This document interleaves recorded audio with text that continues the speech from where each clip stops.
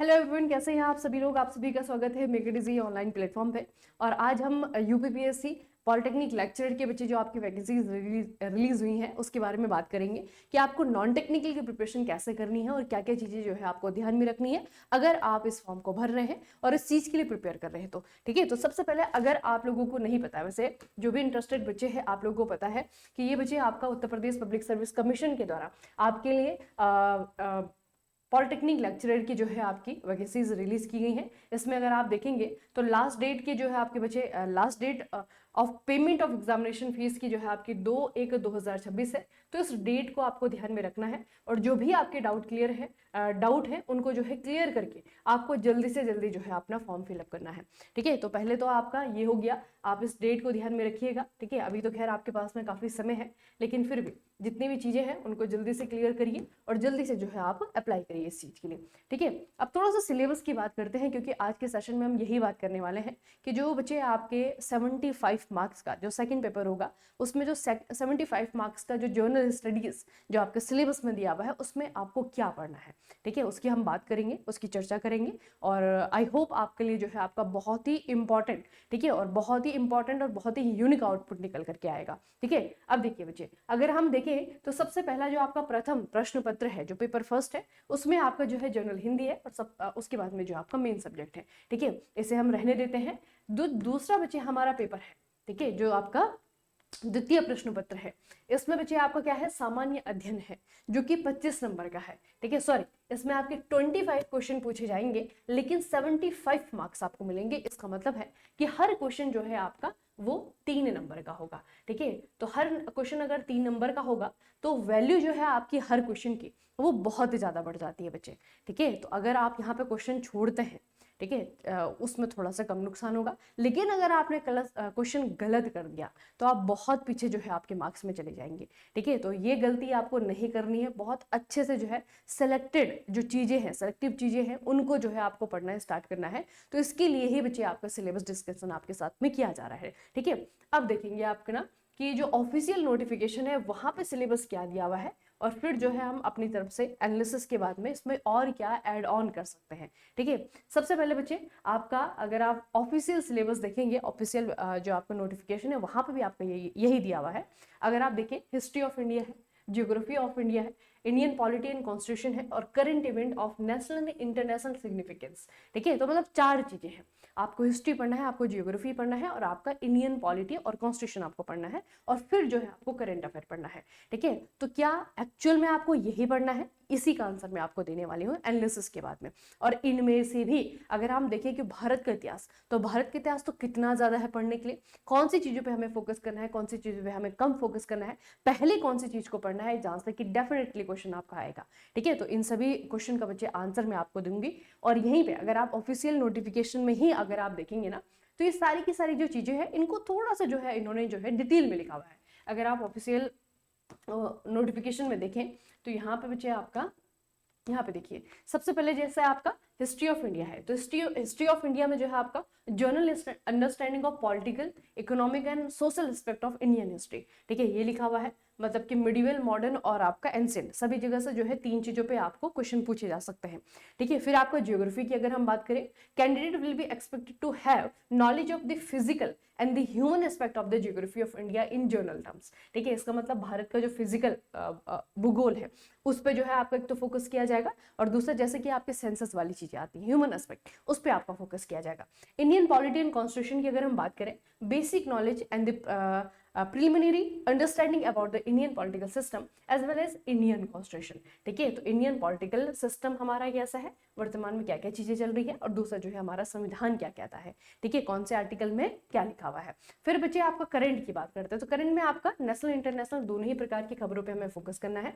भारत के किसी के साथ में कोई सहयोग हो रहा है उस पर फोकस करना है। ठीक है, किसी प्रकार की हमने किसी एग्रीमेंट साइन की है उस पर हमें फोकस करना है। और नेशनल लेवल पे जो है आपका हमारे राज्यों में क्या चल रहा है, हमारा देश में क्या चल रहा है, उन चीजों पे फोकस करना है। ठीक है, तो ये हो गया आपका ऑफिशियल सिलेबस। ऑफिशियल सिलेबस में अगर आप देखेंगे तो बहुत ज्यादा डिटेल में चीजें आपकी नहीं मिलेंगी आपको, है ना। एक तरीके से जो है आपका देख करके ऐसा लग रहा है कि हाँ हमें पूरा ही इतिहास पढ़ना है, हमें जो है आपका पूरा का पूरा भूगोल पढ़ना है, इस तरीके की चीज़ें, इस तरीके की फीलिंग जो है सिलेबस को देख करके आ रही है ना। लेकिन बच्चे एक्चुअल में ऐसा नहीं है, ठीक है।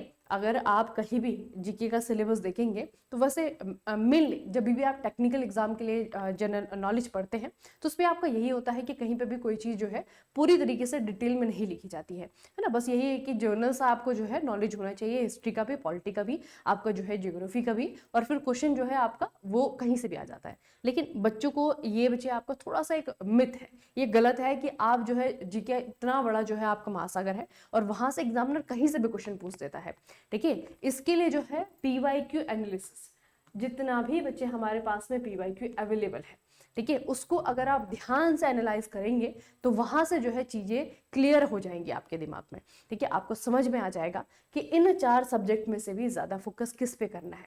अगर हम करंट की बात करें तो करंट में कौन सी खबरों पे हमें ज्यादा फोकस करना है, ठीक है। अगर हम पॉलिटी की बात करें, कॉन्स्टिट्यूशन की बात करें तो कॉन्स्टिट्यूशन तो बहुत बड़ा है, इस पूरे भारत के संविधान में से कौन सी चीज पे हमें ज्यादा फोकस करना है, कौन सी चीज को हमें रहने देना है। क्योंकि अगर आप एक जो है आपका जो इन जनरल जीके की बुक भी मिलती है वहां पर भी इतनी सारी चीजें होती, इतना सारा डेटा होता है कि वो आपके एग्जाम तक आने के लिए, है ना, अगर आपने पढ़ भी लिया तो उन सभी चीजों को जो है रिवाइज नहीं कर पाएंगे, ठीक है। और अगर आपने वो कर दिया तो आप आईएएस का पेपर देंगे तो आईएएस बन जाएंगे पक्का, है ना। लेकिन यहाँ पे बच्चे वो चीज नहीं है, क्योंकि आपको बाकी चीजों को भी समय देना होता है। आपको टेक्निकल एग्जाम की प्रिपरेशन करनी है, साथ में आपका जो पेपर 1 वहाँ पे आपका हिंदी भी दिया हुआ है वो भी आपको साथ में पढ़ना है।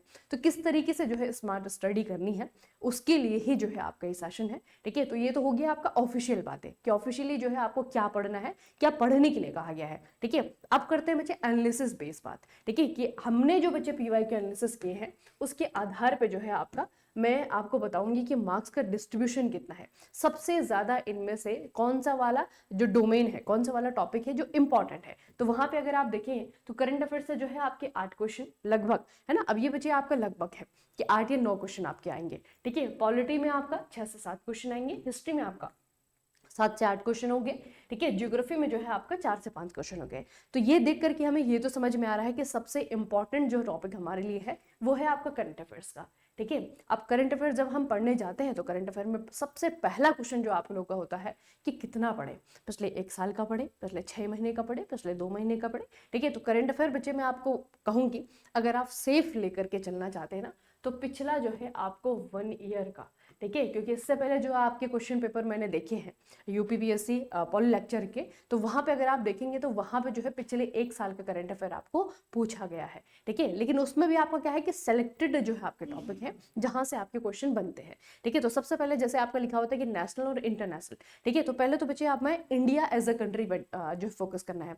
अगर भारत किसी के साथ में कोई एग्रीमेंट कर रहा है, ठीक है, हमारे देश की सरकार के द्वारा किसी प्रकार की कोई योजना लॉन्च की गई है, कोई जो है हमने पोर्टल नया लॉन्च कर दिया है, कोई ऑनलाइन डिजिटल प्लेटफॉर्म जो है लॉन्च कर दिया, इस तरीके से, ठीक है। तो अगर गवर्नमेंट कुछ करती है बच्चे तो वो एग्जाम के लिए इंपॉर्टेंट होता ही होता है, चाहे वो हमारे देश में कुछ कर रही है या फिर देश से बाहर किसी और देश के साथ में एग्रीमेंट कर रही है, इस तरीके की चीजें, ठीक है। तो सबसे पहले जो आपका नेशनल करंट अफेयर है उस पर जो है हमें फोकस करना है, ठीक है। फिर बाकी जो आपकी चीजें बच्चे यहाँ से आती हैं, पॉलिटी वही हो गया कि हमारे देश की पॉलिटिक्स में क्या चल रहा है, ठीक है। हमारे लोकसभा में जो है आपके कोई अगर बिल आए हैं उनको थोड़ा सा हमें पता होना चाहिए कि कोई अभी नेशनल इंटरेस्ट पे कोई आपका बिल आया है क्या, या फिर कोई बिल जो है आपका नेशनल इंटरेस्ट पे जो है आपका पास किया गया है क्या, इस तरीके की चीज़ें, ठीक है। अभी जो है अभी तो खैर लोकसभा का चुनाव 2024 में हुआ था तो वो तो बहुत पुरानी खबर हो गई है ना इस एग्जाम के लिए, तो वो तो नहीं पढ़ना है। लेकिन बिहार इलेक्शन अभी हुआ है, ठीक है, तो वहां पे जो है किस तरीके के रिजल्ट रहे हैं, वहां पे जो है आपका दोबारा से सीएम जो है नीतीश कुमार बन गए हैं, 10वीं बार जो है उन्होंने सीएम पद की शपथ ली है,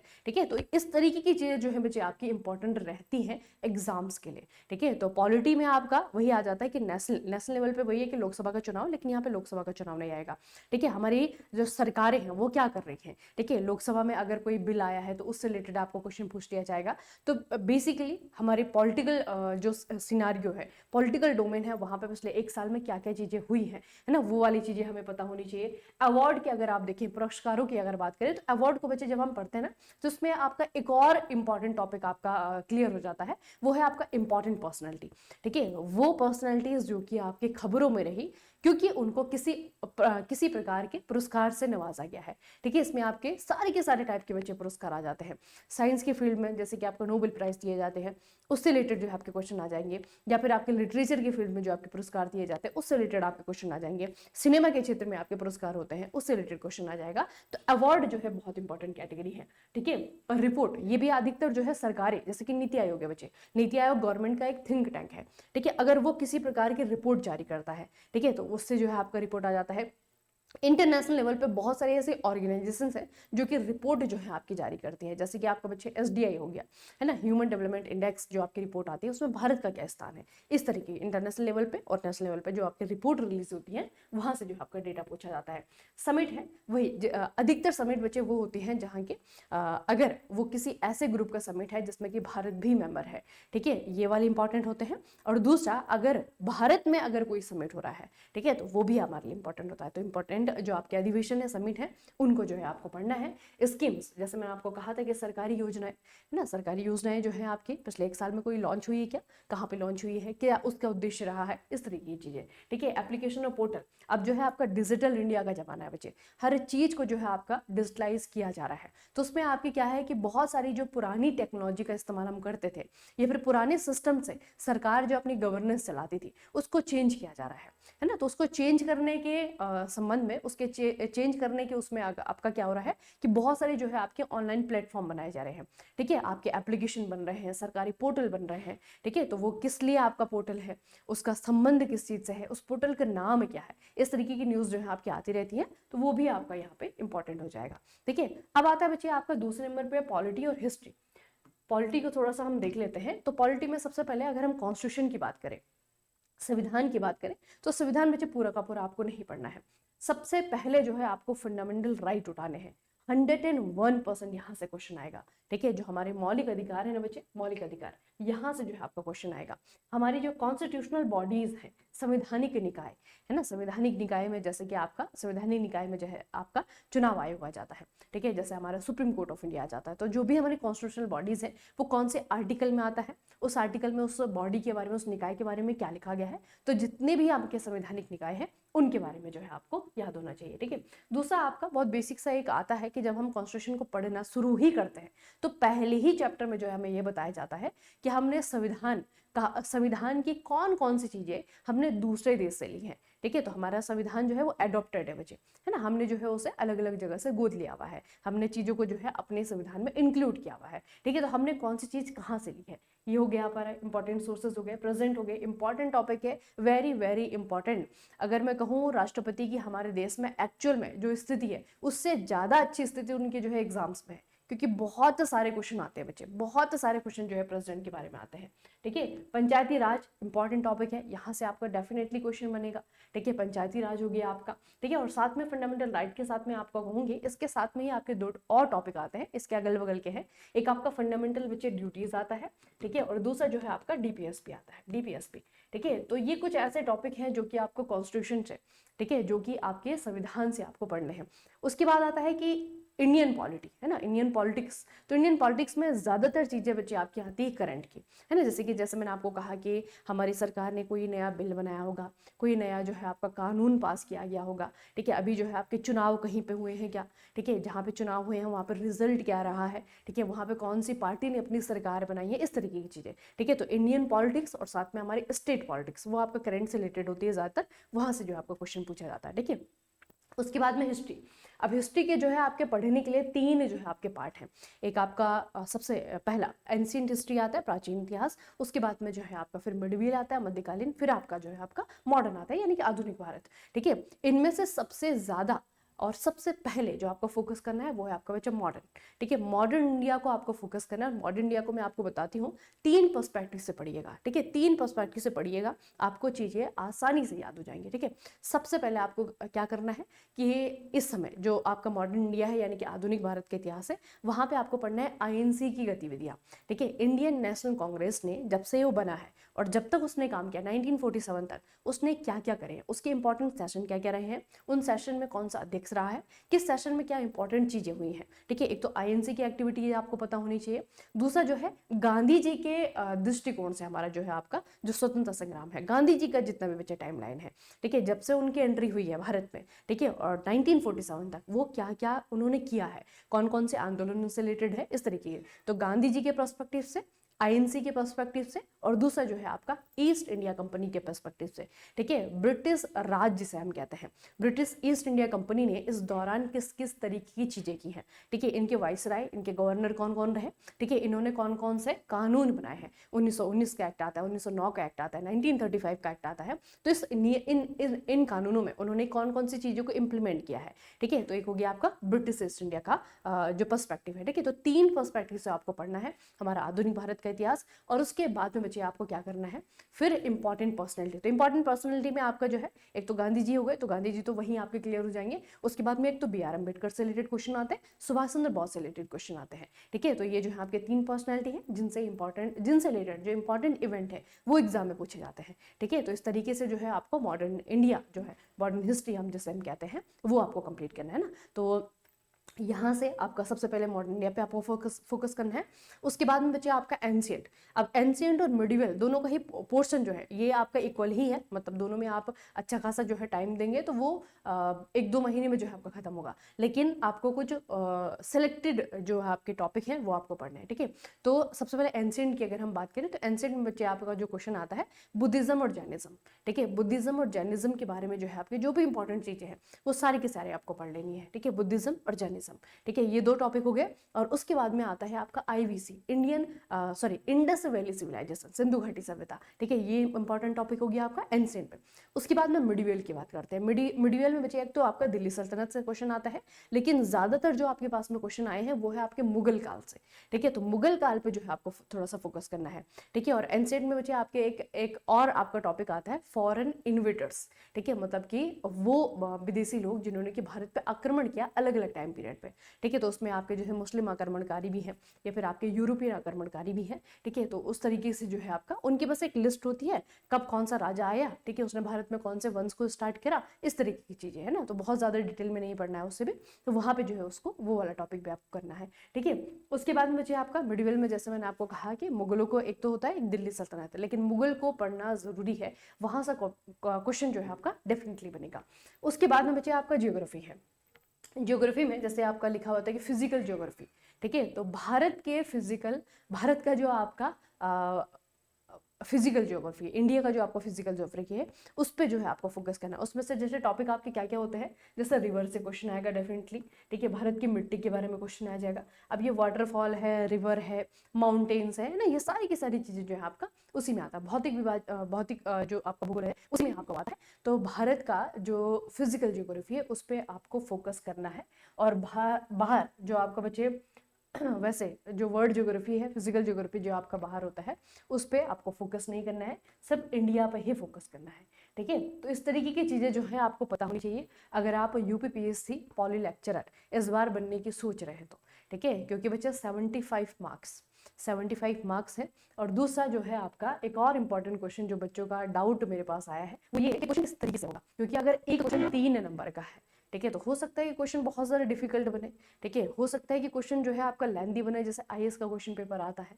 ठीक है, तो इसमें बच्चे मैं आपको कहूँगी दोनों प्रकार के क्वेश्चन आएंगे। ठीक है, वन लाइनर भी आपका आएगा और आपका जो लेंदी वाला जो आपका स्टेटमेंट बेस्ड क्वेश्चन है वो भी आपका आएगा। ठीक है, दो ही प्रकार से क्वेश्चन आएंगे, बस आपका डिफरेंस है कि वन लाइनर आएगा। ठीक है, तो उसमें इफेक्ट वाले क्वेश्चन आते हैं। ठीक है, कॉन्सेप्ट वन लाइनर का पूछता है।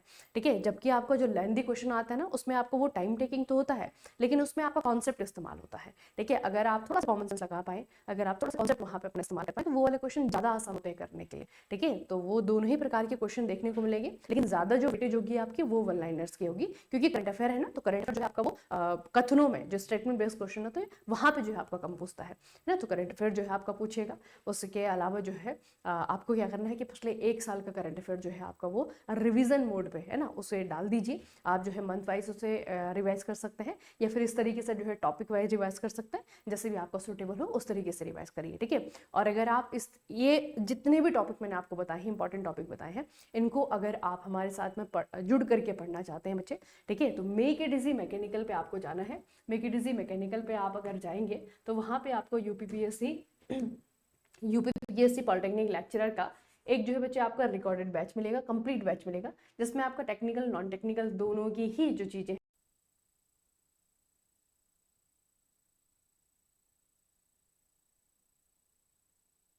हैं वो आपको मिलेंगी। ठीक है, साथ में जो है आपका यहाँ पे टेस्ट सीरीज है और साथ में जो है आपका एमसीक्यू प्रैक्टिस है। ठीक है, तो ये सारी की सारी चीज़ें आपको यहाँ पे मिलेंगी। आप जो है इसको भी जो है आप चूज़ कर सकते हैं। ठीक है, और जितनी चीज़ें मैंने आपको अगर बताई हैं अफोर्डेबल अगर आपको नहीं लगता है तो आप इसकी तैयारी खुद से भी कर सकते हैं। बस इन चीज़ों का आपको फोकस करना है, लेकिन पढ़ना बच्चे सिलेक्टेड ही है। ठीक है, पढ़ना सिलेक्टेड ही है। आपको जो बहुत ज़्यादा मार्केट में जो आपकी चीज़ें हैं ना उसमें से सेग्रीगेट करके जो है अपने लिए कंटेंट छांटना है और उसके बाद में जो है आपको चीज़ें पढ़नी है। ठीक है, तो सेलेक्टेड चीज़ें पढ़िएगा क्योंकि यहाँ पे नुकसान बहुत ज़्यादा है। एक क्वेश्चन जो है आपका 3 नंबर का है। ठीक है, तो सेलेक्टेड कंटेंट पढ़िए, उसे जो है बार बार रिवाइज करिए, कॉन्सेप्ट अपना क्लियर करिए। ठीक है, उसके बाद में जो है आपके दोनों ही प्रकार के जो क्वेश्चन है वो आपसे हो जाएंगे। ठीक है, वन लाइनर वाला जो फैक्ट बेस आता है वो भी आपका आराम से हो जाएगा, जो आपका कॉन्सेप्ट वाला स्टेटमेंट बेस्ड क्वेश्चन है वो भी आपका हो जाएगा। ठीक है, तो क्वेश्चन हो जाएगा, लेकिन उसके लिए आपको क्या करना है कि सेलेक्टेड कंटेंट ही पढ़ना है। और बच्चे हम जो है यही आप लोगों से वादा करते हैं कि आपके लिए जो चीज़ें हमने बनाई हैं वो सिर्फ जो हमारा टेक्निकल एग्जाम है ना, टेक्निकल एग्जाम में जो आपका जीके आता है, जिस तरीके के नॉन टेक पूछा जाता है, बस वही जो है आपके लिए क्रिएट किया जाता है। ठीक है, तो उससे रिलेटेड ही चीज़ें जो है आपको कोर्स के अंदर मिलेंगी। ठीक है, करंट अफेयर में जो है आपका रिवीजन, मैं आपको क्वार्टरली रिवीजन की पीडीएफ दे दूंगी। ठीक है, उसके अलावा जो है आपका हाफ ईयरली जो आपका रिवीजन है वो उस तरीके की चीज़ें आपको दूंगी जिससे कि चीज़ें आपके लिए आसान हो जाएंगी। ठीक है, तो एक बहुत अच्छा जो है ऑप्शन आपके लिए यहाँ पे है यूपीपीएससी पॉलिटेक्निक लेक्चरर बनने के लिए। ठीक है, आपको ये भी पता होगा कि एग्जाम के लिए भी इसमें बहुत ज़्यादा समय तो नहीं मिलता है, मिड अप्रैल तक जो है इसका एग्जाम आपका डेफिनेटली हो जाना है, तो इतना समय आपको दिया जाएगा। और 75 मार्क्स का बच्चे वेटेज है जीके का, छोड़ने वाला पोर्शन तो बिल्कुल भी नहीं है, लेकिन बहुत सावधानी से बहुत स्मार्टली आपको जो है इसके लिए प्रिपेयर करना पड़ेगा। ठीक है, बाकी अगर कोई भी डाउट आपके मन में रहता है, ठीक है, कोई भी डाउट रहता है तो आप जो है इस वीडियो के कमेंट सेक्शन में लेकर के पूछ सकते हैं कि जीके के लिए और किस तरीके की स्ट्रैटेजी को अपनाया जा सकता है। ठीक है, चलिए फिर आज के सेशन को हम यहीं पे समाप्त करेंगे, मिलेंगे फिर नेक्स्ट किसी सेशन में। तब तक के लिए पढ़ते रहिए, बढ़ते रहिए, अपना खूब सारा ख्याल रखिएगा। आप सभी का बहुत बहुत धन्यवाद।